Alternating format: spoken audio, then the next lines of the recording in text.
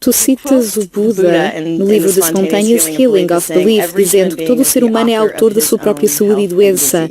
Podes explicar o que isso significa? É habitualmente dito nas tradições ocidentais que nós começamos a morrer no momento em que nascemos. Essa crença está tão fortemente enraizada no modelo médico como ela tem estado historicamente na forma como pensamos sobre a doença e a cura, por um lado. Por outro lado, as nossas mais antigas e estimadas tradições espirituais sempre nos disseram algo muito, muito diferente. Elas dizem que a partir do momento em que nascemos, nós começamos a curar. E agora, o que a maioria da ciência no nosso tempo, no início do século XXI, nos está a dizer é muito, muito diferente daquilo que os cientistas do século XX acreditavam sobre o corpo humano e a forma como trabalhamos, a forma como funcionamos e a nossa capacidade de cura. O que sabemos agora é que cada órgão do corpo humano tem a capacidade de se curar a si próprio, dado o ambiente certo. Mesmo os órgãos que nos disseram não ser possível, assim tecido da espinal medula, tecido cerebral, tecido cardíaco, tecido pancreático, tecido da próstata, todos estes órgãos de que estamos tão habituados a ouvir, que nos estão a falhar de tantas perspectivas diferentes, a melhor ciência do nosso tempo está a mostrar que eles estão na realidade desenhados para se repararem e curarem a si próprios mediante as condições certas no ambiente certo. Que condições são essas? Essa é a questão. Algumas delas são ambientais, podem ser exteriores ao corpo, coisas como água, ar, apenas a qualidade dos nossos alimentos.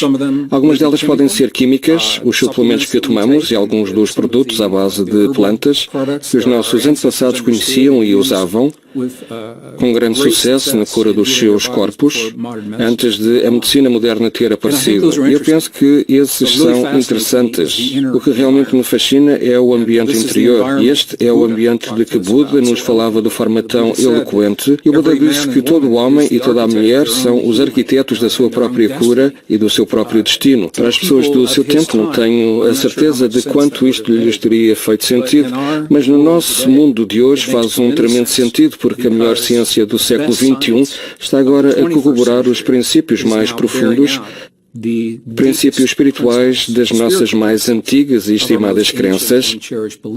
Dizia-nos que, de facto, nós estávamos profundamente ligados aos nossos corpos, estamos profundamente ligados ao mundo, e essa ligação, essa interconexão é tão profunda que nós temos a capacidade de nos autorregularmos a partir do interior para criar os efeitos nos nossos corpos e para além dos nossos corpos. Uma das grandes ironias do nosso tempo é que, após 5.000 anos de história humana documentada, com os maiores avanços tecnológicos na história da humanidade, ainda temos que responder à questão mais fundamental que alguma vez poderíamos perguntar a nós mesmos. E a questão é simplesmente: quem somos nós? Quem somos nós? Quando a ciência tiver respondido a esta pergunta, durante os últimos 300 anos, eles contaram-nos uma história que se baseia na separação. A ciência de 300 anos tem-nos dito que nós estamos separados dos nossos corpos, nós estamos separados uns dos outros, estamos separados da Terra, estamos separados do cosmos e que a natureza, a regra fundamental da natureza, está na realidade baseada num modelo de competição e conflito. E é esta ideia de separação e a ideia de conflito que estão tão profundamente enraizados na nossa vida, no nosso mundo, na nossa sociedade, nas economias do mundo, nas empresas do mundo, no modelo médico. Todos eles se baseiam nestas ideias com 300 anos de separação, competição e conflito. As pessoas perguntam-me frequentemente, quando partilho esta informação, elas dizem: ok, Greg, nós compreendemos. Talvez a ciência não tenha percebido isso muito bem ao longo dos últimos 300 anos. Este é o século XXI, temos internet, temos iPads e telemóveis. Que diferença isso faz? Essa é uma questão muito boa e a resposta surpreende muita gente. Porque o mundo que conhecemos hoje é um reflexo da forma como respondemos à pergunta: quem sou eu? Quem somos nós? E quando nós respondemos a essa pergunta com base na separação, competição e conflito, essas respostas refletem-se em tudo sobre o nosso mundo e as nossas vidas.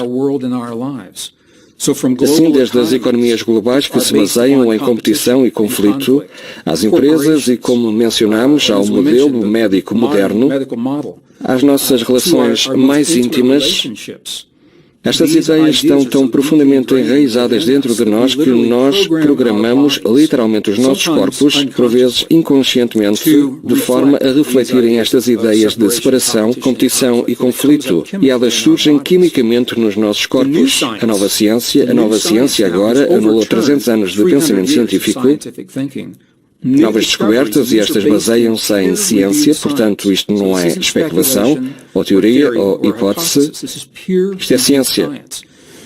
Está agora a dizer-nos, para além de qualquer dúvida razoável, que nós estamos profundamente ligados aos nossos corpos, estamos profundamente ligados à Terra, estamos profundamente ligados uns aos outros, e que o modelo fundamental da natureza está baseado na cooperação, o que os nossos biólogos chamam de apoio mútuo, não a competição e o conflito de que ouvimos no passado, e isto muda tudo. Isto muda tudo porque nós vivemos num tempo de extremos no nosso mundo, e esses extremos no mundo estão a criar extremos dentro das nossas vidas.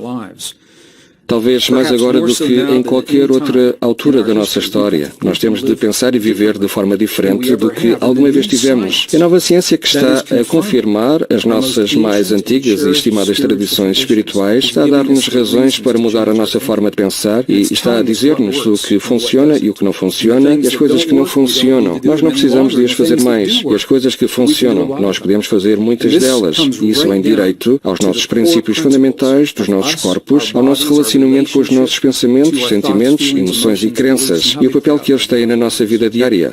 Voltando à ligação e separação, tu mencionaste o que funciona e o que não funciona.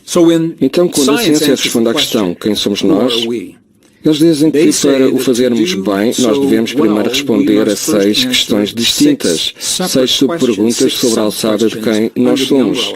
Então, se conseguirmos visualizar uma pirâmide invertida, de forma a que o vértice fique para baixo e no centro da pirâmide estejam essas 6 perguntas, depois do lado esquerdo as respostas antigas e do lado direito as novas respostas, isto seria uma boa representação visual para compreendermos porque nos fizeram acreditar nas coisas que fomos levados a acreditar e como as novas descobertas nos ajudam a mudar essas crenças.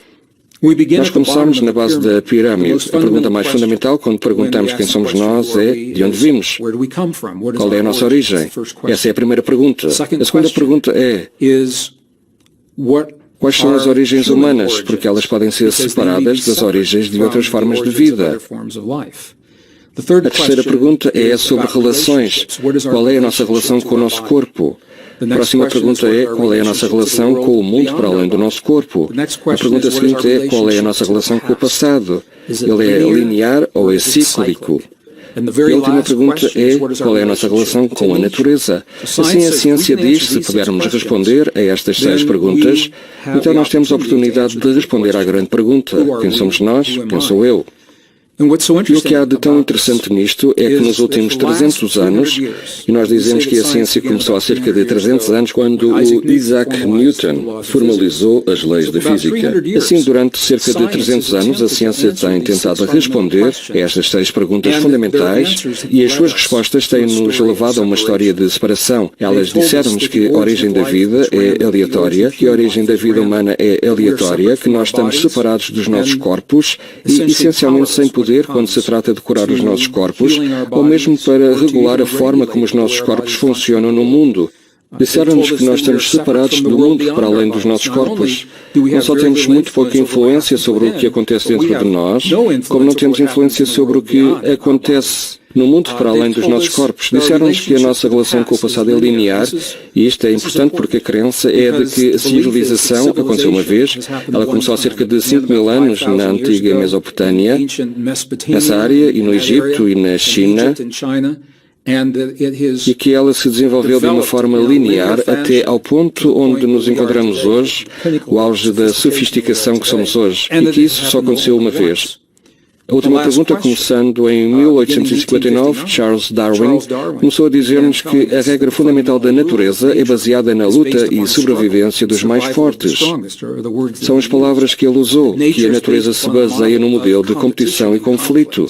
Assim, estas ideias de separação de nós próprios, do mundo, de competição e conflito, Elas estão tão profundamente enraizadas nas nossas vidas e no nosso mundo de hoje que quase as consideramos como um dado adquirido. Por vezes nem sequer reconhecemos o quão profundas estas ideias estão enraizadas nas nossas vidas hoje. Elas têm raízes na natureza das economias do mundo, que estão, na realidade, a enfraquecer e a colapsar sob o peso da sua insustentabilidade neste momento. Estão profundamente enraizadas nas ideias das empresas e na forma como as pessoas trabalham em conjunto e na forma como partilhamos recursos e na forma como curamos o nosso corpo. Todas estas ideias, o modelo médico, por exemplo, está profundamente baseado nestas ideias de separação.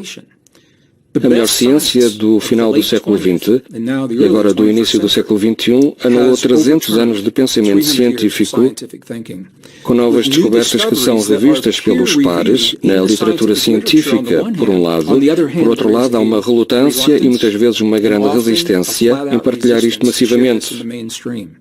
Por isso, as novas descobertas que anularam 300 anos de ciência não são normalmente vistas nas salas de aulas, nos manuais escolares, nos documentos, nos meios de comunicação social massivos, por uma série de razões. E as pessoas perguntam-me quais são essas razões, e a resposta é fácil. É um ego, o hábito, o dinheiro, principalmente.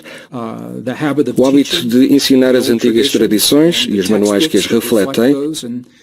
E os educadores, 30, 40, 50 anos das suas vidas, contaram a mesma história. Há uma compreensiva relutância em abraçar essas novas ideias. Então, quais são as novas ideias? A melhor ciência agora do século XX, final do século XX e início do século XXI, está a dizer-nos que a origem da vida não é seguramente aleatória.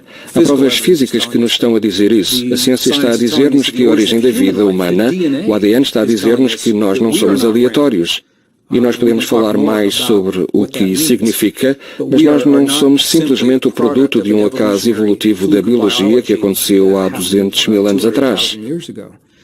A melhor ciência dos nossos dias está agora a dizer-nos que nós estamos profundamente ligados aos nossos corpos, e isto é importante. Estão a dizer-nos que os nossos pensamentos, sentimentos, emoções e crenças, com origem tanto no cérebro como no coração, ativam a química que pode, na realidade, reverter a doença, curar os nossos corpos, ativar a longevidade de formas que não foram geralmente aceitas no Ocidente. Isto é o que a melhor ciência nos está a dizer agora. Essa ciência está a dizer-nos que nós estamos profundamente ligados ao mundo para além dos nossos corpos. A física quântica está agora a falar-nos, para além de qualquer dúvida sobre esta ligação, já não há controvérsia, sobre se estamos ou não ligados uns aos outros no mundo. A controvérsia é sobre o grau da nossa ligação. Quão profunda é a nossa ligação? Quão profundamente podemos influenciar?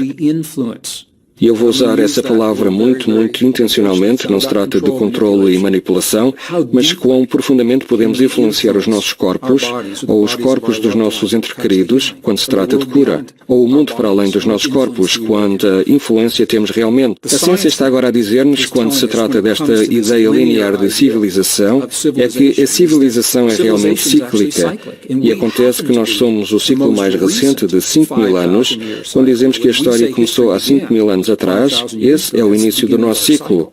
Houve um ciclo antes desses 5.000 anos e outro antes desse, levando a data das civilizações tecnologicamente avançadas a recuar à última era glaciar.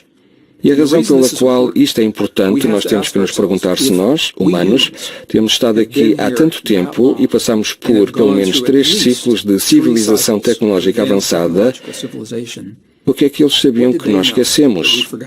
Estavas a falar sobre os ciclos das civilizações avançadas de antigamente. E o que é que isso nos diz? Portanto, a melhor ciência do nosso tempo está agora a dizer-nos que, no que respeita à civilização, ela é muito mais antiga do que fomos levados a acreditar. Mas agora sabemos que os nossos 5.000 anos de história humana documentada é um ciclo e é apenas o mais recente de pelo menos 3 ciclos, que estão agora a fazer as civilizações tecnológicas avançadas retomar a última era glaciar. O que temos de perguntar a nós próprios quando consideramos isto é, se nós humanos temos estado aqui há tanto tempo e já passamos por 3 ciclos de civilização, sendo este o terceiro, o que é que podemos ter sabido no passado de que nos esquecemos hoje?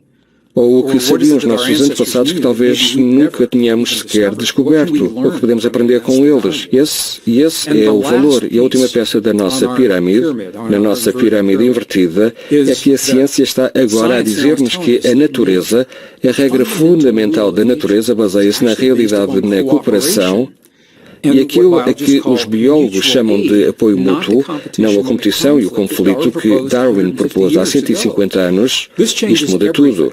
As pessoas perguntam-me frequentemente, ok, Greg, talvez a ciência não tenha acertado, aqui estamos nós, no início do século XXI, nós temos iPads, internet e telemóveis e Facebook, e então, que diferença isso faz? Esta é realmente uma boa pergunta e a resposta surpreende muita gente. A nossa sociedade, as raízes da nossa sociedade, a fundação estava a ser criada no final do século XIX e início do século XX, precisamente quando as ideias de Darwin, por exemplo, estavam a ser abraçadas, competição, conflito, separação, e essas ideias eram tão amplamente aceites e estão tão profundamente enraizadas nas nossas vidas de formas que, por vezes, talvez, nós nem sequer reconheçamos. Elas voltam a aparecer repetidamente como os princípios insustentáveis da forma como nós pensamos e vivemos. Por exemplo, a economia global está a enfraquecer e a colapsar em alguns lugares, e a pergunta é, porquê? Porquê é que este sistema não funciona? Ele baseia-se numa ideia de competição e de conflito, a qual é uma ideia insustentável. A regra fundamental da natureza é a cooperação. Assim, as pessoas dizem, bem, nós vemos competição e conflitos na natureza a toda a hora, e eu digo, sim, nós vemos. Nós temos de ser honestos connosco próprios. Ela está lá. No entanto, é em resposta a condições específicas, não é a regra fundamental da natureza. E quanto mais a competição, mais conflito nós vemos no mundo, isso diz-nos até que ponto nos desviamos da nossa mais verdadeira relação, a natureza mais verdadeira da nossa relação com a natureza. Assim, quando consideramos estas novas descobertas, elas mudam a forma como respondemos à pergunta: quem sou eu? Quem somos nós? Nós passamos da ideia de separação e competição à de ligação e cooperação. Isso está refletido no mundo, à volta dos nossos corpos como natureza. Está refletido dentro dos nossos corpos. Eu estou a partilhar isto porque este princípio é o princípio da cura, que é frequentemente descurado no modelo médico moderno. A medicina moderna é baseada nas ideias antigas de separação e competição e conflito, no nível biológico, no nível celular dos nossos corpos. Por isso, agora temos uma nova forma de responder à pergunta: quem sou eu? Quem somos nós? Nós não somos o que nos disseram no passado, somos mais do que provavelmente alguma vez imaginamos nas nossas vidas. E isto então torna-se num modelo a partir do qual podemos olhar para qualquer questão quando se trata de nós e da nossa relação com os nossos corpos, para as respostas que se baseiam na ciência, que refletem as nossas mais antigas e estimadas tradições espirituais. Por isso penso que todos sabemos que há uma epidemia de doenças em expansão desenfreada no nosso mundo de hoje, de uma forma que nunca vimos antes.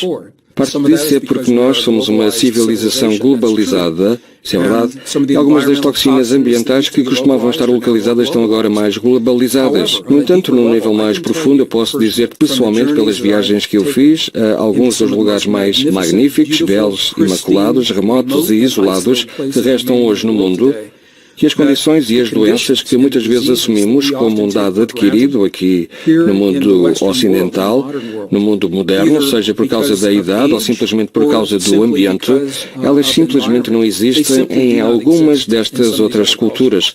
Eu tenho estado com pessoas nos Andes, no Sul, onde os cancros simplesmente não existem. Eles não têm cancro da mama, nem cancro da próstata. Na Ásia e no Egito, no Médio Oriente, pessoas com mais de 100 anos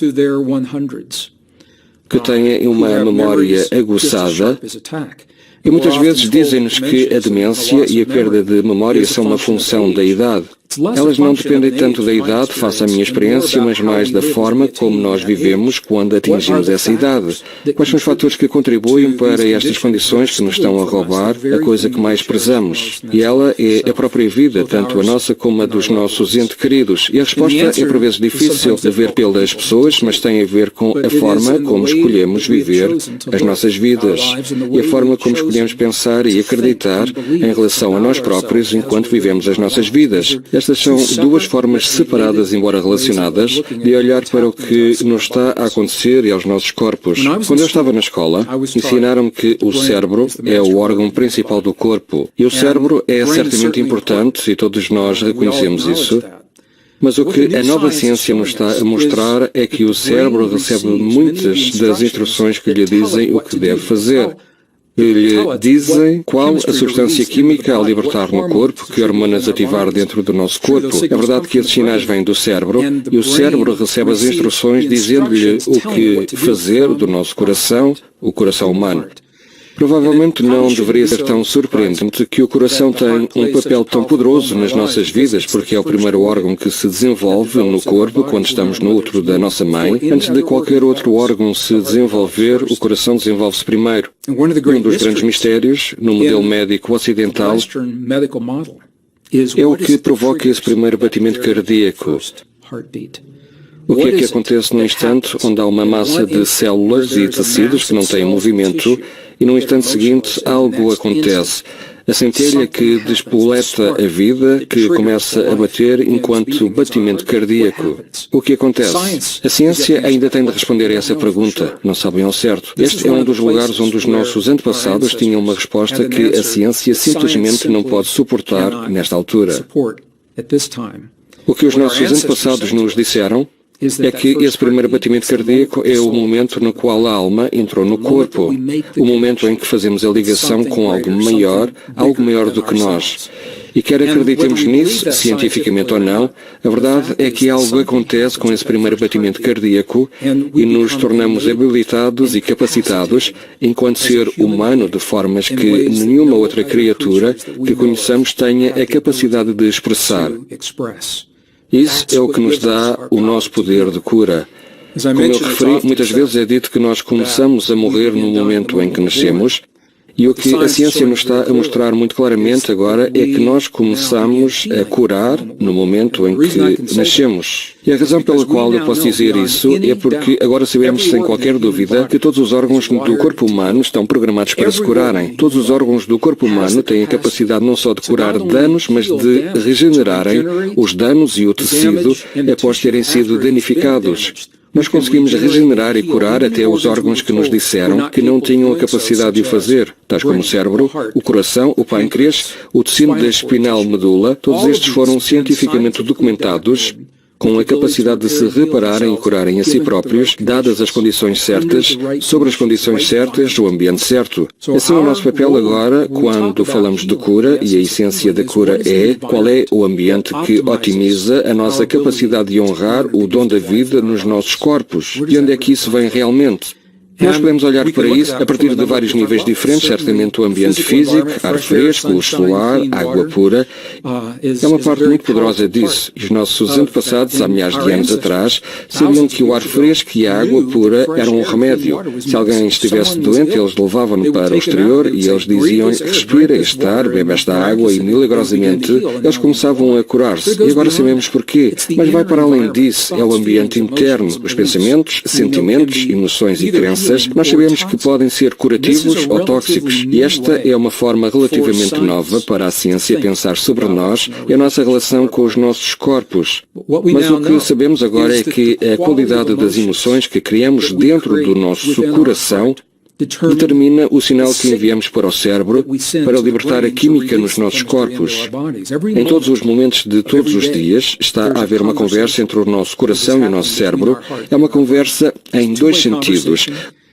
O nosso coração está a ter uma grande conversa com o cérebro e o cérebro efetivamente comunica de volta para o coração, mas não tanto. É uma série menor de sinais que parecem voltar para o coração, mas há esta conversa nos dois sentidos. E nós regulamos a qualidade dessa conversa através das emoções que acolhemos dentro dos nossos corações. Assim, por exemplo, quando nós sentimos que não estamos seguros no mundo, quando sentimos medo, ódio, ira, ciúme, raiva, ansiedade, esse tipo de sentimentos, Eles enviam um sinal específico para o cérebro e, com base nesse sinal, o cérebro irá libertar a química no corpo que reflete esse sinal. Assim, em caso de ira, ódio, ciúmes, raiva, frustração, ou seja, stress, e a química do stress no nosso corpo, como todos sabemos, níveis elevados de cortisol e adrenalina, os quais são realmente bons períodos de tempo curtos, aquilo que chamamos de luta ou fuga, quando temos que tomar uma decisão e ou corremos como loucos, ou levantamos e marcamos uma posição. Fomos concebidos para fazer isso. O que não fomos concebidos para fazer é viver as nossas vidas sob condições prolongadas de luta ou fuga. Alguns minutos, mas tu não queres viver dessa maneira. Todos os dias e todas as horas e todas as semanas e todos os meses. E eu conheço pessoas que o fazem. E eles têm a aparência de quem o faz. Eles vestem as suas feridas e vestem esse stress nos seus corpos. Os seus sistemas imunitários estão enfraquecidos na presença desse tipo de stress. As hormonas anti-envelhecimento são suprimidas, porque toda a energia do corpo está a ir para a luta ou fuga. Por isso quero ser muito claro. Eu não estou a dizer que é mau ter essas experiências quando elas estão por resolver stress não resolvido. É aí que ele se torna num problema nas nossas vidas. O stress por si só é simplesmente um sinal. Ele está a dizer-nos, está a dar-nos um aviso, dizendo que algo do ambiente precisa da nossa atenção. E se nós conseguimos honrar esse sinal e dizer o que é que se passa no meu ambiente que eu preciso de tratar, para o que eu preciso de olhar, o que preciso de mudar, e depois fazer as nossas escolhas a partir desse ponto, eu penso que é uma forma saudável de acolher o stress. É quando anestesiamos o stress com drogas, álcool, vícios químicos, ou vícios digitais, que são um novo tema agora, do qual os cientistas têm tido de falar. Todos eles têm o mesmo efeito. Portanto, é o tipo de ambiente que nós criamos dentro dos nossos corpos que está diretamente refletido através da saúde e do bem-estar dos nossos corpos. Uma das novas descobertas que simplesmente me fascina foi, na realidade, feita em 1991. Não foi publicada até 1994. E é a descoberta de cerca de 40 mil células especializadas no coração humano que estão concentradas de forma muito precisa, uma rede neuronal dentro do coração. São células que se chamam neuritos sensoriais. São células semelhantes às do cérebro, mas não estão no cérebro. Elas funcionam no coração de forma muito semelhante à forma como as células cerebrais funcionariam no cérebro. Estas células, elas pensam, elas aprendem, elas lembram-se independentemente do cérebro craniano, ou podemos sintonizar o nosso coração e o nosso cérebro em conjunto, harmonizar o nosso coração e o nosso cérebro para que estes dois órgãos separados partilhem de facto uma rede neural comum. Nós temos a oportunidade para acolher o poder dessa rede nas nossas vidas. É aqui que temos experiências extraordinárias de níveis profundos de intuição, premonição e os efeitos da saúde, tais como a ativação de hormonas anti-envelhecimento nos nossos corpos e a ativação de uma resposta imunitária tremenda, poderosa nos nossos corpos. Tudo depende da nossa capacidade de regular esta ligação entre o nosso coração e o nosso cérebro. E este é um dos pontos onde os nossos antepassados eram muito claros nas suas tradições e só agora a ciência está a alcançar esta sabedoria. Assim, uma das perguntas que as pessoas fazem é: como é que algo como um pensamento ou uma emoção pode ter o poder de mudar a química dos nossos corpos? E trata-se de uma questão muito boa, porque no mundo moderno, no mundo ocidental, temos sido amplamente condicionados para acreditar que os pensamentos, sentimentos e emoções não são realmente nada. Fomos ensinados a descurá-los na nossa cultura, por um lado, e por outro lado, em muitas das culturas indígenas, eles são a coisa mais importante nas suas vidas, os agentes de cura mais poderosos que alguém pode ter. Assim, a pergunta, como é que isto funciona? E estamos a olhar para um par de níveis diferentes. Aquilo que nós sabemos agora, eu digo nós, na ciência moderna, é que quando nós temos uma emoção dentro dos nossos corações, essa emoção envia um sinal para o nosso cérebro e a qualidade desse sinal determina o que o cérebro faz como resposta à emoção. Assim, se tu consegues imaginar um sinal do coração para o cérebro, que é uma série de ondas muito suaves, bonitas, uniformes, coerentes, é o termo que é utilizado, de ondas do coração para o cérebro irá igualar essa química harmoniosa, regular e organizada, e irá libertar a química que sustenta a vida nos nossos corpos. É aqui que os nossos sistemas imunitários se tornam verdadeiramente fortes, resposta superimune. Até hormonas anti-envelhecimento são ativadas na presença deste tipo de sinal do coração para o cérebro. Por outro lado, a química do stress, quando nós sentimos esses momentos de frustração, raiva, ódio, ciúme, ira, medo, o sinal tem um aspecto diferente, parece um dia mau na bolsa de valores. São uma série de ondas muito caóticas, desorganizadas, irregulares, que vão do coração para o cérebro. E o cérebro recebe essas ondas e diz, eu preciso de igualar esta química, isto é a química do stress. Portanto, é aqui que a adrenalina e o cortisol e as hormonas de stress são libertadas no nosso corpo, os quais, como dissemos, são bons durante curtos períodos de tempo, só não queres viver a tua vida dessa forma, com esses químicos a correrem na tua corrente sanguínea. Assim, a nossa capacidade, agora de repente percebemos isto, a nossa capacidade de regular esse sinal, o que poderia ser mais importante, a nossa capacidade para regular o sinal entre o coração e o cérebro torna-se num ponto primordial da saúde e da cura nas nossas vidas. Esta é uma forma completamente diferente de pensar sobre o nosso ambiente interno daquilo que o modelo médico está a mostrar atualmente. O modelo médico baseado na pirâmide da nossa relação connosco próprios e com os nossos corpos, a resposta à pergunta quem somos nós, esse modelo médico sugere que nós estamos separados dos nossos corpos. Portanto, não há motivo para esperar que qualquer coisa que pudéssemos fazer a partir do interior tivesse qualquer efeito benéfico nos nossos corpos. Eu lembro-me da primeira vez que descobri isto sozinho. Eu fui um concorrente competitivo durante cerca de 20 anos quando vivi em Denver, no Colorado, a trabalhar com as empresas. Eu nunca tinha tido a oportunidade de fazer estas coisas quando estava no liceu, então eu tive a oportunidade nas empresas de correr em equipas de triatlo e maratonas competitivas, e a primeira vez que eu lesionei a minha perna a correr, fui ao médico. Eu lembro-me que estava sentado à beira da marquesa e o médico estava num banco à minha frente, ele estava a olhar para o meu joelho e eu fiz-lhe a pergunta.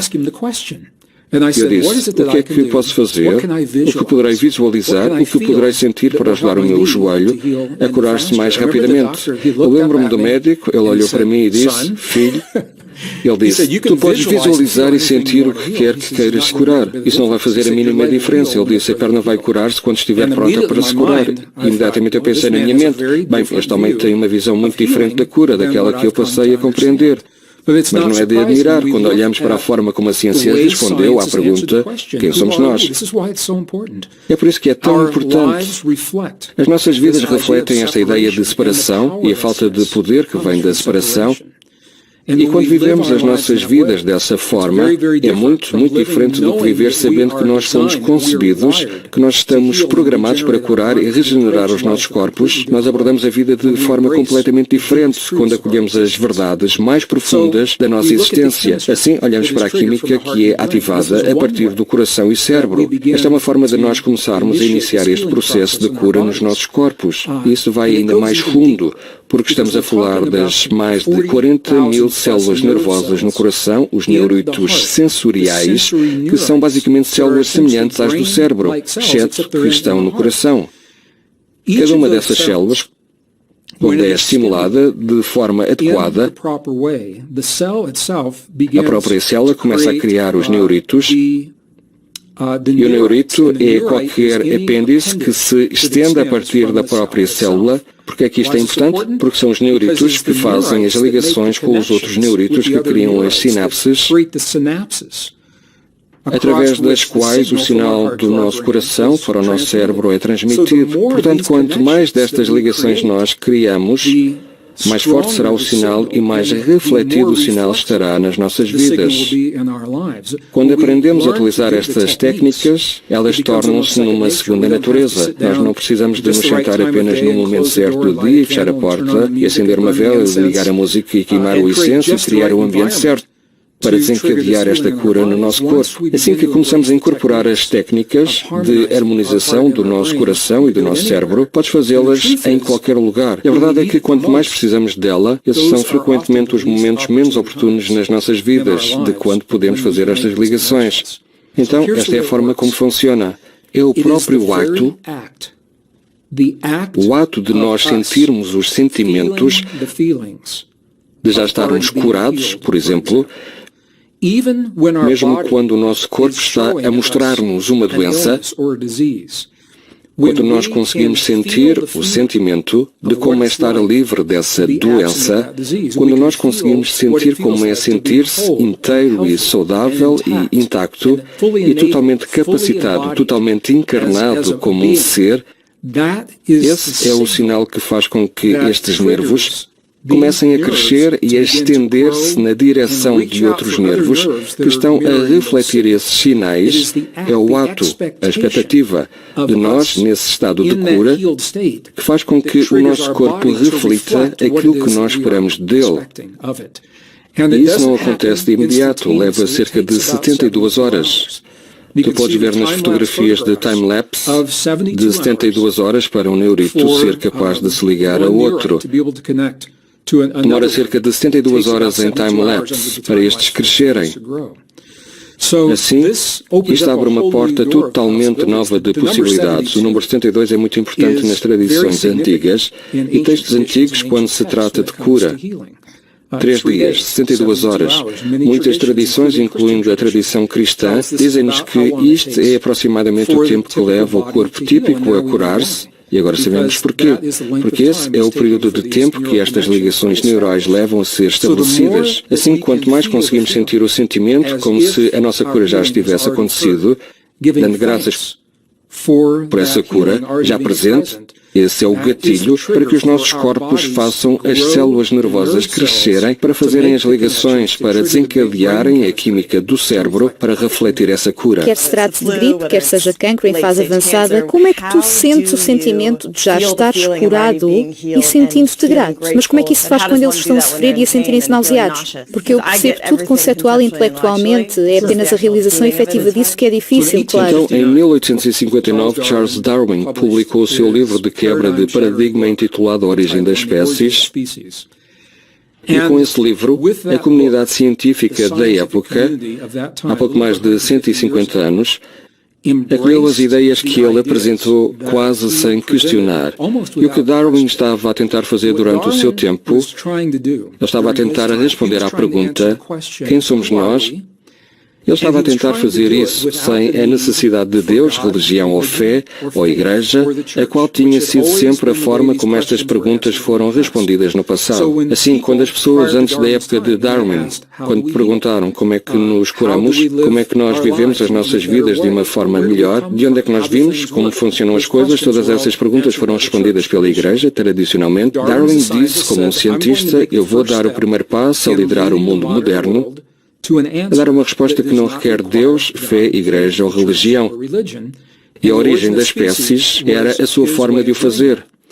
Por isso tenho de dizer pessoalmente, o meu sentimento pessoal, eu penso que Darwin, ele era obviamente um cientista, eu penso que ele era um bom cientista, e o Darwin não tinha como saber, na sua época, aquilo que sabemos hoje. Ele não poderia ter sabido sobre as células e neuritos e ADN que nós só descobrimos recentemente. Assim, não para criticar as ideias de Darwin, mas para nos ajudar a compreender porque pensamos e porque fomos levados a acreditar aquilo que temos sobre os nossos corpos, e onde as novas descobertas estão a mudar tudo isso. O que Darwin disse foi que a vida começou como um único organismo, e ele não sabia como esse organismo surgiu. Ele não tentou explicar isso. Ele disse que a vida começou como um único organismo, e durante um longo período de tempo, esse organismo tornou-se em muitos organismos. E a diversidade que nós vemos desses organismos, os diferentes braços, pernas e apêndices, e diferentes formas de ver e estar na posição vertical ou não, elas eram todas uma resposta do organismo a uma necessidade que detectou no ambiente. E isto foi, na verdade, um princípio fundamental na teoria da evolução, que diz que a natureza nunca nos dará em excesso Isto significa que só nos serão dadas as coisas no nosso corpo de que precisamos quando há uma necessidade delas no mundo à nossa volta. A razão pela qual estou a mencionar isto é porque isso é um problema quando se trata de seres humanos. Eu sou um geólogo formado e como geólogo eu posso dizer que a evolução é um facto no registro fóssil. Também posso dizer que isso falha quando se trata de nós, humanos, e aqui está uma razão porquê, e ela está diretamente ligada à razão pela qual temos a capacidade de curar como curamos. Nós aparecemos, os humanos apareceram, na Terra há cerca de 200 mil anos atrás, e nós não sabemos de onde viemos.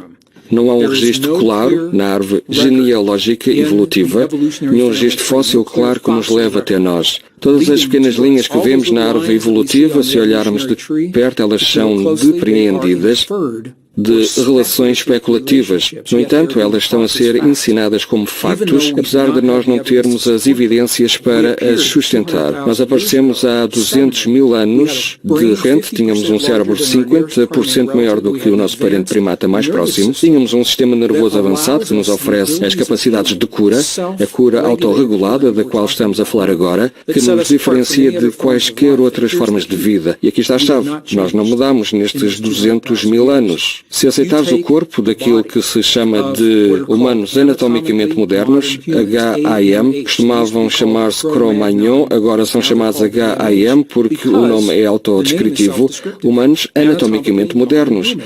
Nós somos eles alguns milhares de séculos mais tarde. Se os comparares connosco, o tamanho do nosso cérebro é o mesmo, as nossas proporções corporais são as mesmas e as capacidades não se alteraram. O que isto diz para a evolução é que o cérebro e sistema nervoso avançados que nos dão a capacidade de curar, eles não evoluíram mais durante um longo período de tempo em resposta ao mundo.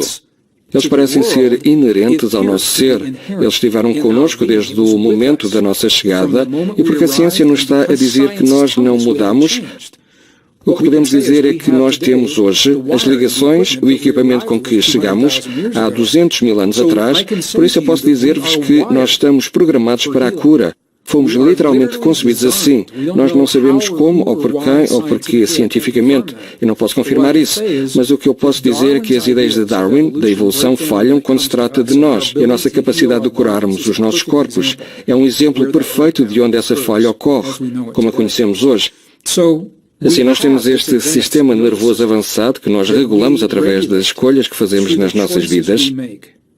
Aquilo que pensamos, aquilo que sentimos, aquilo que acreditamos e especificamente as emoções que escolhemos para responder àquilo que a vida traz para a nossa porta.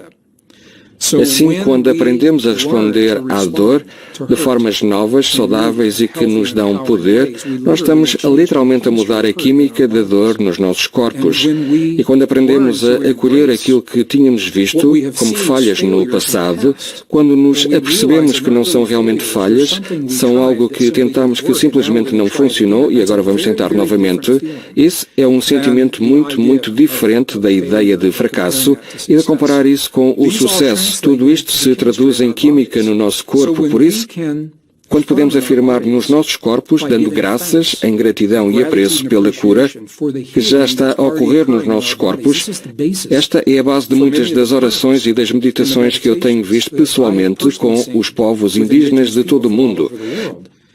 Mesmo quando parece que não há nada de errado com eles, eles ainda dão graças pela sua cura, porque eles estão a reconhecer que se trata de um processo contínuo. Nós estamos a curar a cada momento de cada dia. Assim, uma das perguntas que as pessoas fazem frequentemente é como poderia algo que acontece dentro dos nossos corpos ter alguma possível influência, qualquer efeito, sobre o que acontece para além dos nossos corpos? Para além dos limites da nossa pele e da nossa carne, como é que isso poderia influenciar o mundo à nossa volta? Eu penso que talvez a melhor forma de ajudar a explicar isso, no meu entendimento, é através de uma história. Eu vivo no alto deserto do norte do Novo México, a cerca de 1 hora da cidade mais próxima e a cerca de 1.600 metros do vizinho mais próximo. Por isso, é uma parte do mundo muito isolada, remota, pura, magnífica e bonita. E no início da década de 1990, o alto deserto do norte do Novo México encontrava-se numa grave seca, a pior em mais de 100 anos, de que os mais idosos se lembravam. O gado estava a sofrer, as culturas estavam a morrer e foi realmente mau. E um amigo meu nativo, eu vou chamar-lhe David para honrar a sua privacidade. Eu chamo-lhe tanto David que quando eu o vejo agora, na verdade eu penso nele como David. Ele ligou-me um dia, o David telefonou-me e disse: Greg, gostavas de te juntar a mim num lugar que os nossos antepassados construíram há tanto tempo que nós nem sequer sabemos quem construiu esta roda de medicina onde ela está hoje. Gostavas de te juntar a mim nesse lugar para uma oração para pedirmos chuva? Eu precisei de pensar 2 vezes. Eu disse: claro, com certeza, eu adorava. Eu não estava preparado para o que David me mostrou nesse dia. Eu tinha uma expectativa de que iria ver alguns cânticos, algumas danças, algum tipo de movimento, algum tipo de cerimónia, e não foi nada disso que eu vi. Percorremos 52.609 hectares, a salva do deserto mais perfumada e alta é daquele género que liberta o seu cheiro quando os teus joelhos roçam contra as pequenas folhas. É simplesmente lindo. Nós chegamos a esta roda de medicina antiga e o David sentou-se. Ele atou os sapatos, as suas velhas botas de trabalho, e com os seus pés descalços ele entrou no centro desta roda. E ele virou as costas para mim e fechou os olhos. E ele colocou as mãos numa mudra de oração apenas durante alguns segundos em silêncio. E depois ele virou-se, olhou para mim e disse: estou com fome. Queres ir comer alguma coisa? Estava chocado. Eu disse: sim, tu sabes. A dada altura eu disse: mas eu pensei que tu ias rezar pela chuva. E esta é a chave, a razão pela qual estou a partilhar esta história. Ele olhou para mim do interior desse círculo, mesmo nos meus olhos. Ele disse: não. Ele disse: se eu rezasse pela chuva, a chuva nunca poderia acontecer, porque no momento em que pedimos que algo aconteça, nós acabamos de reconhecer ao universo que isso não existe agora. Nós acabamos de afirmar que isso não existe. Nós afirmamos a nossa própria coisa que estamos a rezar para que mude. E eu disse: bem, se tu não rezaste pela chuva, o que é que fizeste? Ele disse: quando fechei os meus olhos, disse ele, eu senti a sensação como quando chove na nossa povoação. Ele disse: eu senti os cheiros como quando a chuva escorre nos muros da terra da minha povoação. Eu senti a sensação dos meus pés descalços na lama, e a lama está lá porque tem havido tanta chuva. Eu dei graças, em gratidão e apreço pela chuva que já aconteceu. Nós fomos para a cidade mais próxima, Taos, no Novo México, e almoçamos. E na altura em que estava a regressar à minha propriedade nessa tarde, eu vi algo que já não víamos há muito tempo. Nuvens grandes e negras a chegarem sobre as montanhas de sangue de Cristo, e ao cair da noite começou a chover. E choveu, e choveu, e choveu. Choveu toda a noite. Choveu toda a manhã seguinte, tarde seguinte, choveu e não parou. Choveu tanto que os campos ficaram inundados, as estradas ficaram inundadas, o gado ficou retido. E telefonei ao meu amigo David e eu disse: David, o que é isto? Eu disse: isto é uma confusão. Eu disse: está tudo simplesmente coberto de chuva. Eu disse: há inundações por todo o lado. E ele ficou em silêncio apenas por um momento e disse: Greg, essa é a parte da oração que os antepassados nunca conseguiriam calcular. Ele disse que eles poderiam trazer a chuva e eles não lhe conseguiriam dizer quanta chuva trazer. Por isso, quanto a esta história, devo dizer que, cientificamente, eu não posso dizer, enquanto cientista, que a oração de David criou a chuva. O que eu posso dizer é que existe uma alta correlação entre o momento em que a oração foi oferecida e quando as nuvens chegaram, e que não tinham estado lá durante meses nesta área geográfica localizada. Eu vi os boletins meteorológicos dos canais da televisão que chegam às comunidades próximas e vi o meteorologista de Denver, no Colorado, enquanto ele olhava para a corrente de jato, e a corrente de jato estava a atravessar o Ocidente, e quando chegou a Wyoming, desceu para o Colorado e para o Novo México, e fez uma curva e voltou diretamente para cima, mesmo por cima do local onde a chuva tinha ocorrido. E o homem do tempo recuou e simplesmente disse: porque ele não tinha visto nada como isto. Então, como é que isto acontece? Como é possível que a gratidão sentida de um homem pudesse ter uma influência no nosso ambiente físico? Ou é possível? É. E eu gostaria de partilhar contigo a razão porquê. No final do século XIX, houve uma extraordinária revolução espiritual que estava a varrer a Terra. Ciência e espiritualidade estavam na realidade muito próximas e eles estavam a convergir numa visão partilhada da nossa natureza de ligação e de como o mundo funciona. E tudo isso mudou com a Primeira Guerra Mundial. Entramos numa mentalidade de guerra e estávamos mesmo a acabar de sair dela e apareceu a Segunda Guerra Mundial e outras guerras depois dessa. E a pergunta que temos de colocar agora é: nós estamos a passar por uma revolução espiritual e científica semelhante. As guerras do passado eliminaram a possibilidade desta fusão entre a ciência e a espiritualidade. Como vamos fazer a mesma coisa novamente? Mas o que aconteceu no final do século XIX foi que houve uma experiência muito famosa que foi realizada em 1887. Foi na Universidade de Case Western Reserve, na cave da universidade, uma sala muito obscura. Foi conduzida uma experiência que mudou a forma como os cientistas pensam sobre o mundo para sempre. Foi chamada de Experiência Michelson-Morley, dois cientistas muito famosos. O objetivo da experiência foi apenas este. A comunidade científica acreditava que havia um campo de energia que liga todas as coisas. No entanto, não tinham sido capazes de o provar cientificamente. E havia também um conjunto de cientistas que diziam que isso não existia. E assim, a experiência foi para determinar de uma vez por todas, definitivamente, este campo existia ou não. Em 1887, a experiência foi conduzida. E, na minha opinião, eu penso que foi uma boa experiência, eu penso que foi mal interpretada. Ela funcionava assim. Se eu fosse para o exterior e umedecesse o meu dedo e o colocasse acima da minha cabeça, e no momento em que o fazia ao ar livre, se eu não sentisse vento contra o meu dedo e eu assumisse que o ar não existisse, isso é o equivalente à experiência Michelson-Morley. Só porque o vento não sopra não significa que o ar não existe. Eles acreditavam que o campo está lá fora, ele está em movimento, eles deviam ser capazes de detectar o movimento. A experiência não conseguiu detectar o movimento e eles concluíram que não há um campo que liga todas as coisas. E a melhor ciência do século XX baseia-se nesta ideia de separação, de que não existe um campo que liga tudo o resto. Assim, o que fazemos aqui não tem qualquer efeito sobre o que acontece aqui. O que eu peço ou rezo para os meus entes queridos e os meus familiares e o meu corpo não tem qualquer efeito sobre eles do outro lado do mundo. Até 1987, 100 anos mais tarde, tudo isto mudou. 100 anos mais tarde, a experiência de Michelson-Morley foi repetida com equipamento melhor sob a tutela da Força Aérea dos Estados Unidos. E eis que, com o melhor equipamento, 100 anos mais tarde, não só detectaram o campo que Michelson e Morley tinham previsto, como estavam exatamente no intervalo segundo os parâmetros que tinham esperado 100 anos antes. Segundo os parâmetros que tinham esperado 100 anos antes. O seu equipamento apenas não tinha sido capaz de detectar o campo. Assim, agora sabemos que existe um campo que liga todas as coisas. Ele está a causar problemas na comunidade científica porque as matemáticas estão baseadas na ausência deste campo. Então, é aqui que a física quântica está a entrar com a física tradicional e elas estão a mudar a história. Quando nós dizemos quem somos nós agora sabemos que estamos profundamente ligados a nós próprios, uns aos outros, à Terra, ao cosmos, e nós sabemos a razão porquê.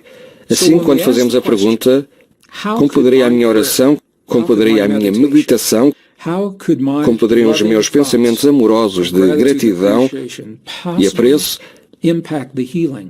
impactar a cura de outra pessoa comigo na sala ou do outro lado do mundo? Nós agora temos uma resposta. A resposta é que nós estamos profundamente ligados através de um fenómeno que é conhecido como entrelaçamento. Entrelaçamento é o termo em física que nos diz quão profundamente ligados nós estamos realmente. Nicholas Gisin foi o cientista em Genebra, na Suíça, que determinou isto nos anos 90. O que ele fez foi pegar numa partícula de matéria, o fotão, é disto que são feitos os átomos, e ele dividiu esse fotão. Ele dividiu-o em dois porque ele queria 2 fotões iguais, assim havia gêmeos, e usando cabos de fibra óptica, eles dispararam estes 2 fotões em direções opostas, um do outro, 7 milhas numa direção e 7 milhas noutra direção, até estarem a 14 milhas de distância. Eles começaram uma série de experiências. E o que a experiência mostrou foi que o que aconteceu a um fotão, quando ele foi estimulado, quando o fizeram rodar no sentido dos ponteiros do relógio, por exemplo, ou seguir num determinado caminho, o que quer que estivesse a acontecer aqui, o que estava a 14 milhas de distância, agiu como se estivesse a ter exatamente a mesma experiência, apesar de já não estar ligado fisicamente. A pergunta que os cientistas tiveram de fazer foi, como isso foi possível? Por que razão eles estão a agir como se estivessem ligados? E a resposta é o fenómeno conhecido como entrelaçamento, que diz que quando algo está unificado, quando algo começa como um todo, apesar de estar fisicamente separado, por muitas milhas ou anos-luz, estão a descobrir no cosmos. Energeticamente tudo está ligado. Por que razão isso é importante? Porque se recuarmos no tempo o suficiente, houve um momento no tempo quando tu, eu e a Terra estávamos todos ligados, antes daquilo que se chama Big Bang, a grande libertação de energia. Quando isso aconteceu, nós estávamos profundamente ligados. Quando isso aconteceu, fisicamente as partículas começaram a separar-se, energeticamente as partículas permanecem ligadas. Nós somos parte desta Terra e nós somos parte uns dos outros. E tu fazes parte desta Terra. E tu fazes parte de tudo o que vês. E isso dá-te poder e dá-me poder para participar na cura dos nossos corpos e na dos nossos entes queridos, de formas que a ciência está ainda a começar a compreender. Por isso, a oração do meu amigo, David, é um exemplo na sabedoria indígena de um princípio que a ciência só recentemente começou a confirmar em condições laboratoriais. Assim, fascina-me que os nossos antepassados não conheciam necessariamente a ciência, mas conheciam as técnicas. Eles sabiam o que funcionava e não funcionava. Eles conheciam e compreendiam a sua relação com o mundo. Isto fascina-me.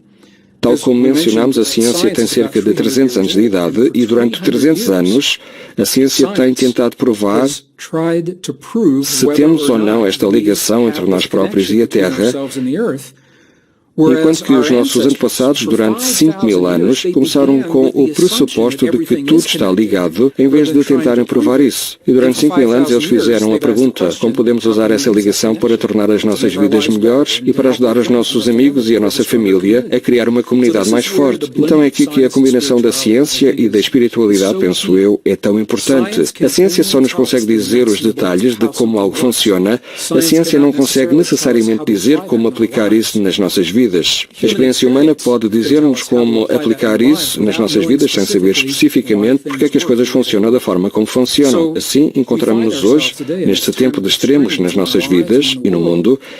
O meu sentimento é que, ao acolhermos o casamento da ciência com a espiritualidade, nós criamos uma sabedoria em que a sua união é maior do que qualquer uma consegue ser individualmente. Eu penso que isso nos dá vantagem evolutiva no nosso tempo de extremos. Por isso, quando falo do meu amigo David e da sua oração, é um exemplo tão poderoso deste princípio que foi compreendido pelos nossos antepassados. Mais uma vez, a ciência está só a começar a confirmar isso em condições laboratoriais. O que aconteceu quando o David criou esta oração? Bem, o que a nossa ciência sabe agora é que nós vivemos num mundo de campos elétricos e magnéticos. Esse é um facto aceite. Recentemente, as descobertas mostraram que o coração humano, o teu coração, o meu coração, são os campos elétricos e magnéticos mais fortes no corpo humano, não o cérebro, como nos foi ensinado no passado. Agora o cérebro tem um campo elétrico e um campo magnético e eles são relativamente fracos quando comparados com os do coração humano. Portanto, se somos seres concebidos para comunicar com o mundo à nossa volta e esse mundo é um mundo elétrico e magnético, faz todo o sentido para mim que a nossa comunicação não seja necessariamente uma comunicação verbal, embora possa ser, mas que ela seria uma comunicação energética com o único órgão do nosso corpo concebido para fazer exatamente isso, e ele é o nosso coração. Por isso agora sabemos que esta relação entre o coração e o cérebro é essencialmente para influenciar não só o que acontece dentro dos nossos corações, mas fora dos nossos corpos. Quando somos capazes de harmonizar o coração e o cérebro, e isto é o que o meu amigo David fez à sua maneira, e isto é o que está a ser feito em laboratório agora, e o que fazemos é nós acedemos a essa harmonização que se chama de coerência, e ela pode, na realidade, ser medida eletricamente. A coerência ótima entre o coração e o cérebro é 0,1 Hz, uma frequência muito baixa, inferior a um 0,1, e esta é uma frequência, curiosamente, na qual os golfinhos e as baleias comunicam, na qual os submarinos militares comunicam. É por isso que é um problema para os golfinhos e as baleias, porque ela é uma frequência tão universal e poderosa. Assim, quando nós conseguimos sentir os sentimentos no nosso coração, quando nós conseguimos escolher criar os sentimentos no nosso coração, que geram 0,1 Hz entre o coração e o cérebro, agora nós estamos harmonizados, nós estamos ligados, e isso chama-se de coerência. O HeartMath Institute, um instituto de investigação pioneiro no norte da Califórnia, foi um dos primeiros a confirmar isto de uma forma prática que podemos usar na nossa vida cotidiana. Eles fazem um trabalho incrível de investigação ao coração de formas que não são feitas de forma convencional e tradicional nas universidades, ao poder do coração, embora tudo isto seja feito sobre regras muito rígidas da ciência.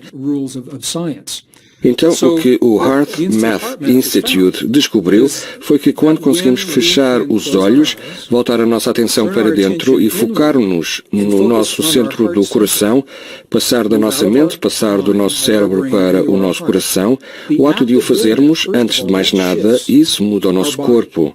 Isso começa a mudar a química porque geralmente a nossa atenção está no mundo à nossa volta. Agora nós estamos a dizer que está focada no interior e isto diz ao teu corpo, algo acabou de mudar, vai acontecer alguma coisa, número 1. À medida que conseguimos começar a respirar um pouco mais lentamente do que o habitual, talvez em 5 a 6 segundos a inspirar ou expirar, o que quer que resulte para ti, o que descobrimos é que isso envia um segundo sinal para o nosso corpo, porque a única vez que nós realmente começamos a respirar dessa maneira é quando nós sabemos que estão a salvo do mundo.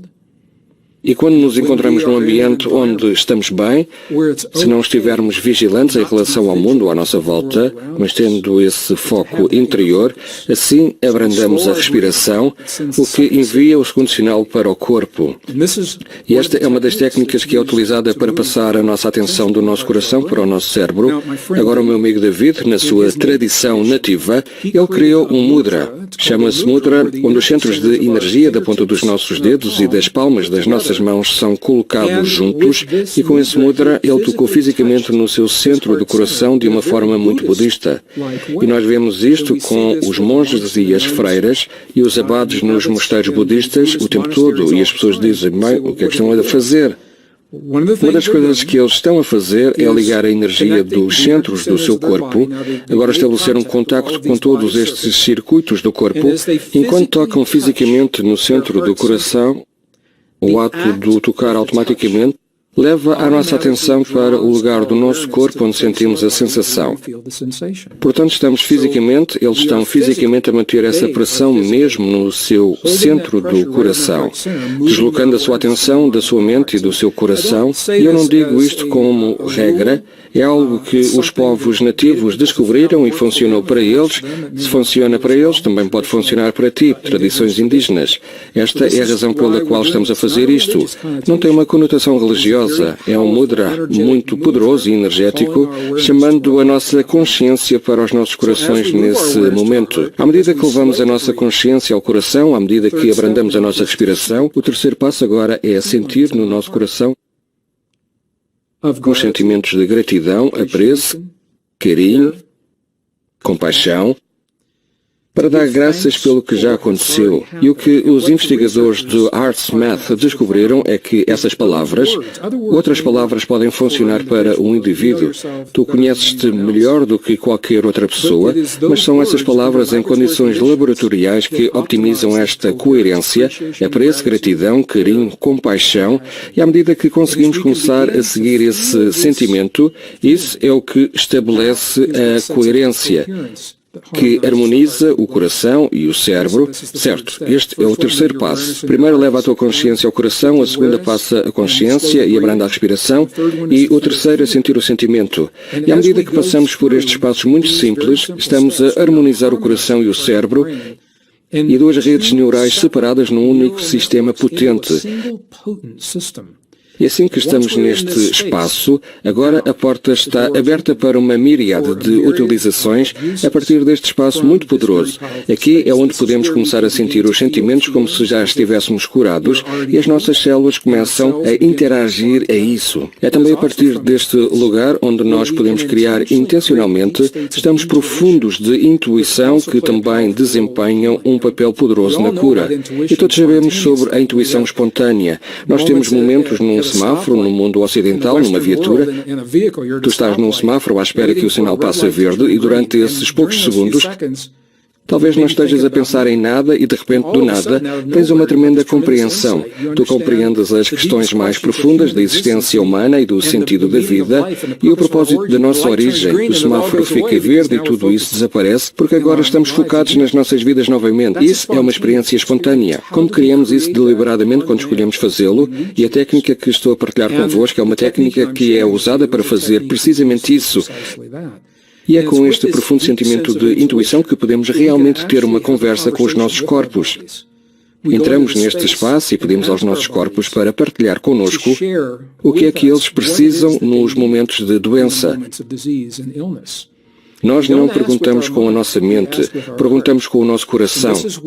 E é aqui que os 40.000 neuritos sensoriais no coração se tornam tão necessários, porque eles pensam, recordam-se e sentem e comunicam de forma separada do cérebro.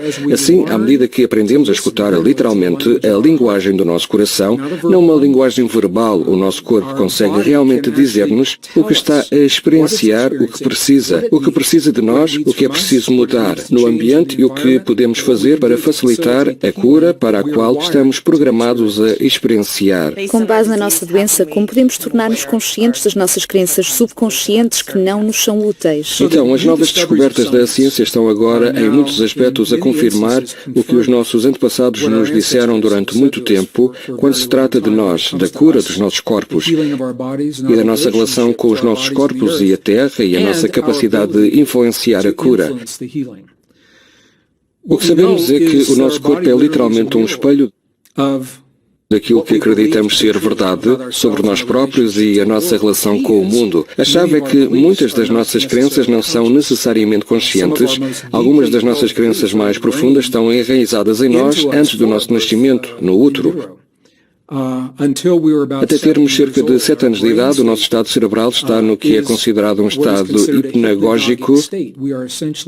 Nós somos essencialmente uma esponja aberta para o mundo, absorvendo os padrões de todas essas pessoas às quais estamos expostos e que nos rodeiam. Assim, se estivermos cuidadores que sejam realmente conscientes e tenham aprendido a gerir as suas emoções e curar as suas feridas de uma forma saudável, isso é algo realmente bom.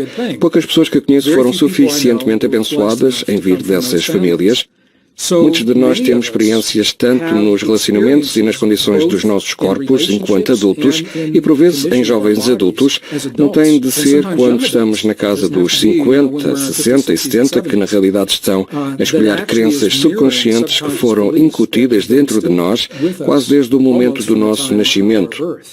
Mas não sabemos quais elas são. Então, como vamos descobrir quais são? E aqui, esta é uma forma muito diferente de pensar sobre os nossos corpos. Se conseguirmos ver os nossos corpos literalmente como um espelho, da nossa experiência e das nossas crenças, sem julgarmos como certo ou errado, bom ou mau, então, quando temos uma condição que aparece, a qual o médico vai chamar de doença,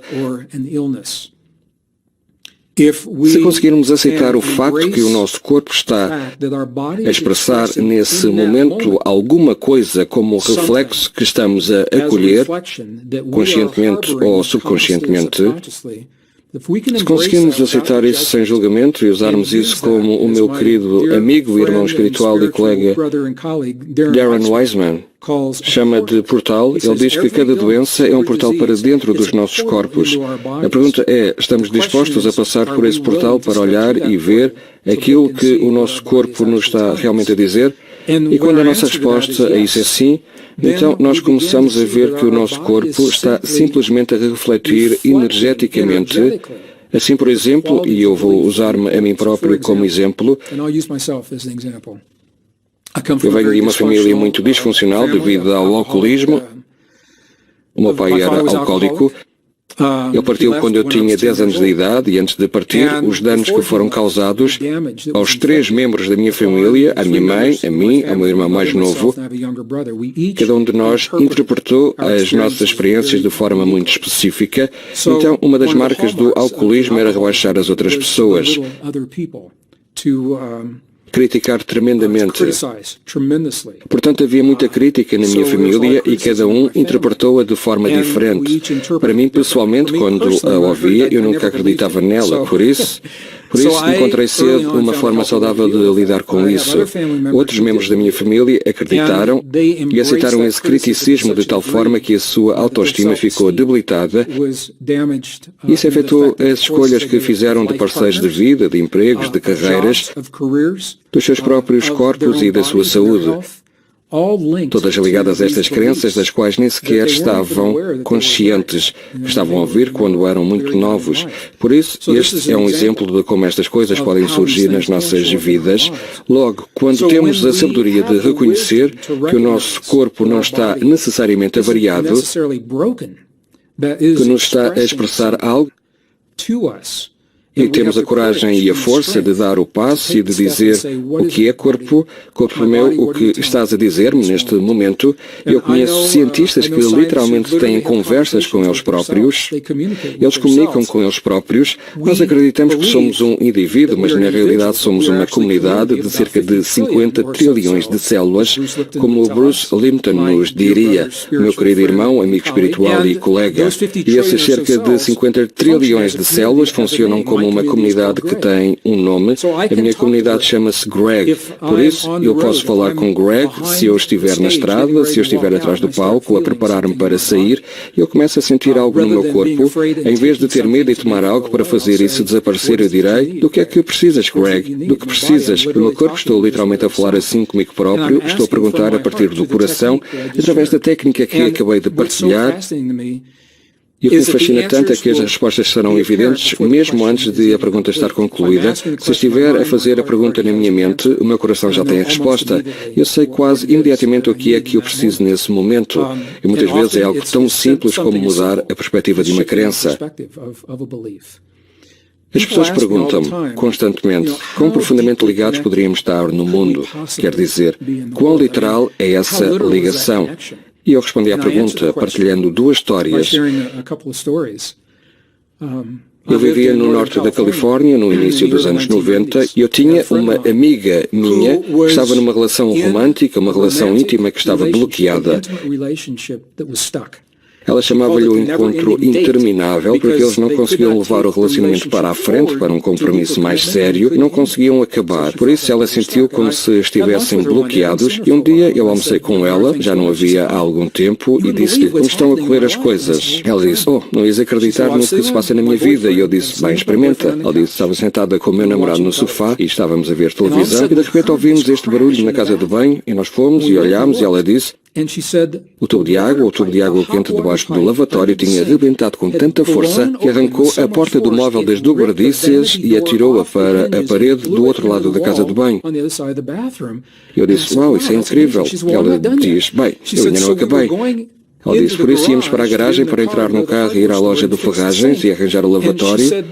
Ela disse, o chão da garagem estava coberto de água quente, da caldeira de água quente que tinha explodido na garagem. E quando estávamos a fazer marcha atrás na entrada do meu Fiero, o tubo do radiador do meu carro rebentou e espalhou o líquido quente do radiador por toda a entrada. E eu disse, uau! Eu disse, o que afinal se passa na tua vida? Ela disse, tu não ias acreditar na minha vida. Ela disse, a nossa casa está como uma panela de pressão, e depois ela parou mesmo aí e ela disse, tu não pensas que isso tem alguma coisa a ver com o que acabou de acontecer na casa de banho e na garagem? Ou pensas? Eu disse, bem, no meu mundo tem tudo a ver com o que aconteceu. Eu disse, porque a pressão emocional que estás a sentir neste relacionamento está refletida no mundo à tua volta, por vezes de formas que são óbvias, outras vezes não são. E isso depende de nós conseguirmos ou não resolver esses assuntos. Eu acredito que estamos tão profundamente sintonizados com o nosso mundo e uns com os outros. Deixa-me partilhar uma história sobre o quão profundamente sintonizados estamos com os seres com quem partilhamos este mundo. A minha mãe tinha uma cadela pequena, uma pequena terrier. O nome dela era Cory Sue, a qual já não se encontra neste mundo atualmente. Mas quando ela estava, ela partilhou uma lição muito importante com a minha mãe. Ela costumava falar com a minha mãe. Ligava-lhe de onde quer que estivesse no mundo, todos os domingos só para saber como estava e dizer olá. Tu sabes como é que estás? Eu liguei-lhe no domingo e ela disse, bem, estou bem, disse ela. Mas eu estou preocupada com a Cory, a minha cadela. Eu disse, o que se passa? Ela disse, ela tem estado a agir de forma estranha e eu levei-a ao veterinário. E o veterinário fez alguns testes e fizeram-lhe umas radiografias e os pulmões estão cheios de manchas negras que estão a piorar e a pôr a vida dela em risco. Ela disse, o que pensas sobre isso? E eu disse, bem, estou preocupado com a Cory. Mas eu disse, no meu mundo nós vivemos numa realidade refletida. E eu disse, se a Cory está a refletir no corpo dela alguma coisa na realidade que tu partilhas com ela, o que se passa no teu corpo? Eu disse, fizeste algum exame médico recentemente? Ela disse, sim. Eu disse, fizeste um raio-x ao peito? Ela disse, não, eu descartei esse. Eu disse, bem, vai fazer um raio-x ao peito. E eu liguei-lhe na semana seguinte e ela esperou e disse, bem, eu vou. Ela disse, primeiro quero plantar um jardim, quero pôr relva no jardim, quero ter a casa pintada, desviando a conversa com tudo isto. Eu disse, mãe, por favor, vai fazer um raio-x ao peito. Ela fez e, com toda a certeza, ela tinha aquilo que acabou por ser um tumor maligno no pulmão dela. E a minha mãe tinha lido todos os meus livros e estado em todos os meus programas e ela disse, eu compreendo que a autocura é possível, mas vou partilhar isto convosco porque eu quero partilhar o quão diferente nós podemos pensar sobre estas coisas. Ela disse, eu compreendo que é possível. Ela disse, mas não é para mim. Ela disse, eu preciso de saber na minha mente que este tumor desapareceu. Ela continuou, eu vou para a cirurgia e mandar remover o tumor e assim que for removido isso vai libertar-me no mundo para mudar o meu estilo de vida. Ela começou a fazer exercício e a tomar suplementos e mudou a dieta dela e tudo. Mas ela tinha de saber mentalmente que ela estava livre do tumor. Então, foi isso que ela fez, e este é o motivo pelo qual estou a partilhar a história. Depois de ela ter recuperado, nós levámos a Cory ao veterinário e mandámos examiná-la de novo, e quando lhe fizeram um raio-x, todas as manchas negras tinham desaparecido do pulmão dela. Então, ela estava a refletir uma condição do corpo da minha mãe antes de a minha mãe ter sequer conhecimento da sua existência. E quando nós olhamos de perto, nós já descobrimos que isto está sempre a acontecer. O nosso mundo é um reflexo das nossas crenças mais profundas e da incorporação física dessas crenças, e por vezes os que nos rodeiam, tanto pessoas como animais, eles amam-nos tão profundamente que eles vão assumir ou espelhar as condições que talvez nós ainda não estejamos preparados para ver. Um dos locais onde isto é tão frequente na vida cotidiana, nas selvas do Peru, onde não tem equipamento médico moderno e aparelhos de raio-x. Quando alguém está muito doente, e o curandeiro local quer saber o que está a acontecer no interior do corpo humano, o que eles vão fazer é, eles agarram num porquinho da Índia e de forma muito cerimonial, eles vão passar o corpo deste porquinho da Índia, eles simplesmente passam pela energia da pessoa que está a sentir-se doente. E de uma forma muito humana, eles vão tirar a vida ao porquinho da Índia, e abrir o corpo do porquinho da Índia e os órgãos do porquinho da Índia, vão espelhar aquilo que eles acabam de experimentar no campo energético do ser humano, pelo qual eles acabaram de ser passados. Eles tratam disso rapidamente, não é julgado como certo ou errado, bom ou mau, é simplesmente um reflexo de uma realidade energética. Assim, quando o curandeiro nativo vê algo a acontecer nos pulmões, por exemplo, no porquinho da Índia, à esquerda, então eles sabem que o pulmão esquerdo do ser humano precisa de ser tratado. E depois eles vão passar por todos os remédios remédios de ervas medicinais e o ar fresco e a água pura e o exercício e todas as coisas para curar aquilo, mas eles fizeram o diagnóstico através do reflexo no terceiro vivo. E eu estou a partilhar esta história, todas estas histórias, porque não ouvimos falar disto muitas vezes. Ensinaram-nos a acreditar que nós estamos separados do nosso mundo, quando, na realidade, nós estamos tão profundamente sintonizados e ligados ao mundo, tanto ao nível consciente como subconsciente, que se olharmos de perto para o que está a acontecer nos nossos corpos, nós vamos ter os insights mais profundos em relação às nossas crenças mais genuínas. Não aquilo que reivindicamos como verdade, e não aquilo que a nossa mente ou o nosso ego diz ser verdade, mas aquilo em que realmente acreditamos mesmo ao nível do subconsciente. Quando isso é feito, como diz Darren, o Dr. Darren Weissman, esse é o portal. Agora podemos aceder a essa crença e fazer as perguntas: isso é verdade? Onde aprendemos isto? Onde ouvimos isto? Quem nos disse isto? Se não for verdade, como podemos curar isso? Pelo que poderíamos substituir essa crença que suportaria um corpo mais saudável e um sistema imunitário mais saudável. Eu tenho de vos dizer que isso pode acontecer muito rapidamente, muito mais rápido do que as 72 horas de que falámos sobre o crescimento dos novos neurónios no passado. Eu tive uma experiência com portais no meu corpo para ajudar-me a aceitar o meu passado. E o Dr. Darren Weissman foi o catalisador que me ajudou a compreender e fazer esta ligação na minha vida. Houve um tempo após a morte do meu pai, ele faleceu no início da viagem de divulgação do meu livro, O Código de Deus, em 2004, e eu estava a viajar quando ele faleceu e eu cancelei a primeira semana da minha digressão. Eu regressei para prestar homenagem fúnebre a um homem que na verdade eu não conhecia, porque ele deixou a minha família quando eu tinha 10 anos.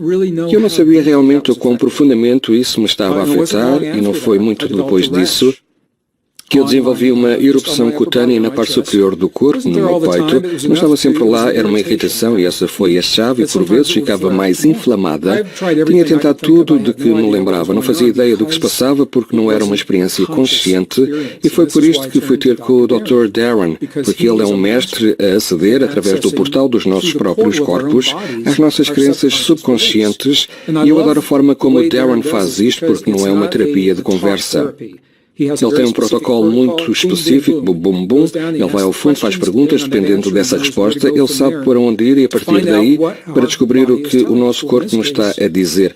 Bem, neste caso, o Dr. Darren e eu tivemos uma conversa de 45 minutos, a 20 minutos da conversa ele foi capaz de descobrir que a minha erupção cutânea era literalmente uma irritação que o meu corpo estava a exprimir, uma frustração da minha incapacidade de curar com o meu pai quaisquer problemas que nós tínhamos antes dele morrer.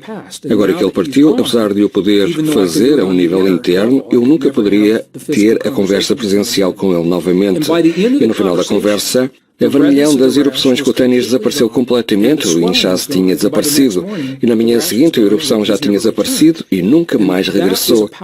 E isso é uma prova poderosa para mim que me diz como estas crenças subconscientes, como elas aparecem nas nossas vidas, quando menos esperamos, num momento mais inoportuno por vezes, e que a comunicação tão clara, verdadeiramente clara, nos é apresentada se aprendermos a linguagem do nosso corpo. Essa é uma forma de pensar muito diferente acerca dos nossos corpos. Um modelo médico diria: tu tens uma erupção cutânea, é uma resposta imune a alguma coisa, vamos colocar um pouco de cortisona para fazer isto desaparecer até se curar. E esse é outro caminho. Não estou a dizer que um está certo, o outro errado, é bom ou mau, eu não estou a julgar isso. Eu estou a dizer, a nossa orientação na vida ajuda-nos a descobrir o quão profundamente nós queremos compreender o que a vida nos está a mostrar. E à medida que abraçamos as verdades mais profundas destas relações com o nosso corpo, a cura torna-se quase secundária. A cura física do corpo é o subproduto da resolução do sentimento ou da emoção ou da crença, e essa é a beleza da compreensão da cura dos nossos corpos. Entendo completamente o nosso condicionamento e caso não esteja resolvido, como isso se pode manifestar em termos físicos mais tarde, mas então e as crianças que chegam ao mundo e têm leucemia infantil ou... Não sabemos. Nós não sabemos, pois, quer dizer, eu posso especular. É o destino? Eu penso que sim, é o karma, destino, sina. Eu sou um cientista, sou formado como cientista. Creio que temos o dever, perante nós próprios, de sermos honestos, verdadeiros e factuais sobre quem nós somos na nossa relação com o mundo e onde esses factos nos dão poder a um nível mais elevado para conseguir isso. E ser inteligente em relação ao que isso significa. A ciência médica no meu tempo ocidental, na minha opinião, tem os melhores diagnósticos. Não conseguimos ganhar aos diagnósticos. Se quisermos descobrir o que está a acontecer nos nossos corpos, não conseguimos ganhar à tecnologia que temos hoje. A capacidade de examinar o corpo de forma não invasiva e de nos informar sobre o que está a acontecer. Agora, o que fazemos com essa informação, penso eu, é de onde veio a grande escolha. Para mim, não há escolha. Eu penso que devemos a nós mesmos honrar os nossos corpos e saber o que está a acontecer. Quando compreendemos o que o nosso corpo nos está a dizer, se estivermos a usar diagnósticos médicos, se estivermos a ser vistos por alguém como o Dr. Darren Weissman e a verificar energicamente ou espiritualmente o que fazemos com essa informação, como vamos então abordar isso? Aqui é onde toda a sabedoria dos nossos antepassados e da cura tradicional, da cura quântica, do poder da emoção para mudar a química dos nossos corpos, isto é onde todas estas coisas se juntam. Então, o que eu digo às pessoas é simplesmente isto. Se pudermos ter em mente, sem irmos a todos os detalhes, em geral, nós fomos concebidos para a cura. O teu corpo quer curar-se. E a capacidade de cura não é um acréscimo evolutivo que ocorreu depois de 200 mil anos de experiência. Faz parte do nosso modelo original. Quem quer que seja ou o que quer que seja responsável por isso, nós temos isso desde que chegamos a esta Terra há 200 mil anos atrás. Assim, sabendo que fomos concebidos para a cura, sabendo que os nossos corpos querem se curar, a questão passa a ser como estimulamos e facilitamos isso da melhor maneira e incorporamos isso nas nossas vidas. Todos têm sistemas de crenças diferentes e todos aprendemos de forma diferente. E é aqui que eu penso que as coisas das quais estamos a falar agora, na minha perspectiva, elas tornam-se num instrumento que colocamos na caixa de ferramentas com todas as outras ferramentas de que podemos usufruir e utilizar quando necessário para o nosso bem supremo da melhor maneira possível. Assim, em vez de se tornar numa religião ou em vez de se tornar na sua própria prática, eu penso que se conseguirmos acolher todas estas coisas em conjunto, é aí que encontramos o nosso bem supremo. Então, as pessoas perguntam, então e as crianças? As crianças pequenas que vêm a este mundo, com danos no útero de alguma forma, com alguma deformidade ou alguma condição, quando elas vêm ao mundo, como é que isso pode ser do seu subconsciente? Ou será que pode? E a resposta a isso é que simplesmente não sabemos. Só tenho de ser honesto e dizer que todos os humanos que emergem neste mundo, aquilo que aconteceu antes de chegarmos aqui, é diferente para todos e não temos maneira de saber. E é aqui que começamos a atravessar as fronteiras da ciência e da espiritualidade. E as palavras como karma, ou destino, ou sina, nós não sabemos o que elas são. O que eu sei, sem qualquer sombra de dúvida, é que quando estas lindas crianças chegam a este mundo, os seus corpos, elas próprias, o seu ADN irão responder ao ambiente e às condições que nós lhe oferecemos. A nossa função é aprendermos a optimizar esses ambientes e essas condições. A epigenética é agora a nova ciência que nos diz, em linguagem científica, que o nosso código genético, ele não é um código imutável. Nós não estamos sujeitos ao código original do nosso ADN para toda a vida.